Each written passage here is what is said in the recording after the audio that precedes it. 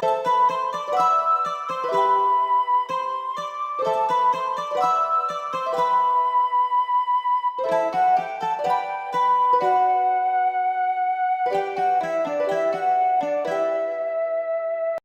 bien comprendre l'enfance d'Aliénor d'Aquitaine, il convient d'évoquer son grand-père, Guillaume le Troubadour, et sa grand-mère, Dangereuse de Châtellerault.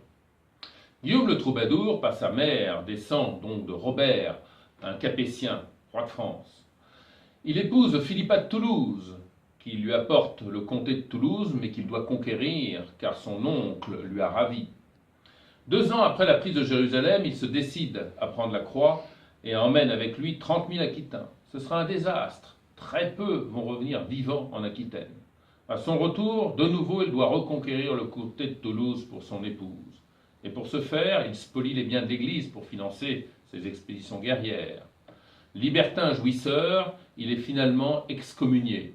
Et Philippa de Toulouse, sur les conseils de Robert d'Arbrissel, fondateur de l'abbaye de Fontevraud, finit par se réfugier dans un prieuré et le délaisse. Alors, seul, finalement, il tombe amoureux de la vicomtesse de Châtellerault, qui se refuse à lui tout d'abord, pour mieux la servir. À 36 ans, c'est une femme ravissante, et elle finit par s'installer dans le palais de Poitiers. Guillaume le Troubadour, grand poète grivois et libertin et salace, change de registre. Il devient éperdument amoureux. Et Dangereuse de Châtellerault, sa muse, son inspiratrice, lui fait passer à l'amour courtois.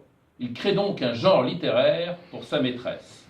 Ce sera le premier des troubadours, et elle-même sera l'inspiratrice de la littérature courtoise à ses débuts.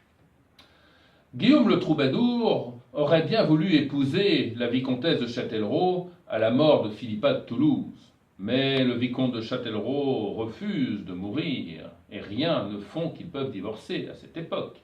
Alors la vicomtesse imagine un stratagème pour conserver son influence sur son volage amant. Elle décide de faire épouser à Guillaume le Toulousain, le fils du duc, Aénor de Châtellerault, sa propre fille. Et 1 an après, en 1122, va naître l'autre Aénor, Aliénor d'Aquitaine, l'héroïne de notre saga. Alors un petit détail amusant pour Guillaume le Troubadour, il aura fait peindre Dangereuse de Châtellerault en son plus simple appareil sur son bouclier et disait « Je la porte au combat comme elle me porte au lit ».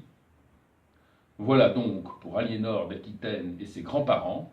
Samedi prochain à la même heure, nous évoquerons ses parents.